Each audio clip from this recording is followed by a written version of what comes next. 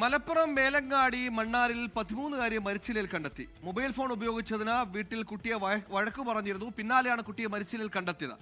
Kondotty police അസ്വാഭാവിക മരണത്തിന് കേസെടുത്തിട്ടുണ്ട്. Google K Venugopal മലപ്പുറത്ത് വിവരങ്ങളുമായി ചെയ്തു. ഗൂഗിൾ, എന്താണ് നമുക്ക് ഈ ഘട്ടത്തിൽ മനസ്സിലാക്കാൻ കഴിയുന്നത്? ഇന്ന് ഉച്ചയ്ക്ക് 2:30 സംഭവം. വീട്ടിൽ മൊബൈൽ ഫോൺ ഉപയോഗിച്ചുകൊണ്ടിരിക്കുന്ന കുട്ടിയെ വീട്ടിൽ നിന്ന് വഴക്ക് പറഞ്ഞിരുന്നു. മലപ്പുറം മേലങ്ങാടി മണ്ണാരിൽ സ്വദേശി ഫാത്തിമ ഹന്നയാണ് വീട്ടിൽ നിന്ന് ചീത്ത പറഞ്ഞത്. പിന്നീട് കുട്ടി സ്വാഭാവികം എന്ന പോലെ തന്നെ വീട്ടിനകത്തേക്ക് കയറി മുറി അടയ്ക്കുകയായിരുന്നു. ഏറെ നേരം കാണാതായതിനു ശേഷം വീട്ടിൽ നിന്ന് മുറി തുറന്ന് പരിശോധിച്ച സമയത്താണ് കുട്ടി അവിടെ ഊഞ്ഞാല് കെട്ടാൻ ഉപയോഗിക്കുന്ന ഹുക്കിൽ ഷാൾ ഉപയോഗിച്ച് തൂങ്ങിയ നിലയിൽ കണ്ടെത്തിയിട്ടുണ്ടായിരുന്നത്.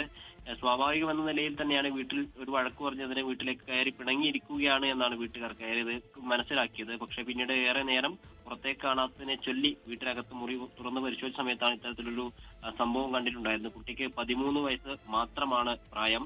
മലപ്പുറം മേലങ്ങാടി മണ്ണാരി സ്വദേശി ഫാത്തിമയാണ് മരിച്ചത്. കുട്ടിയുടെ ഇൻക്വസ്റ്റ് നടപടികളൊക്കെ പൂർത്തിയായതിനു ശേഷം മഞ്ചേരി മെഡിക്കൽ കോളേജ് ആശുപത്രിയിലേക്ക് മാറ്റിയിട്ടുണ്ട്.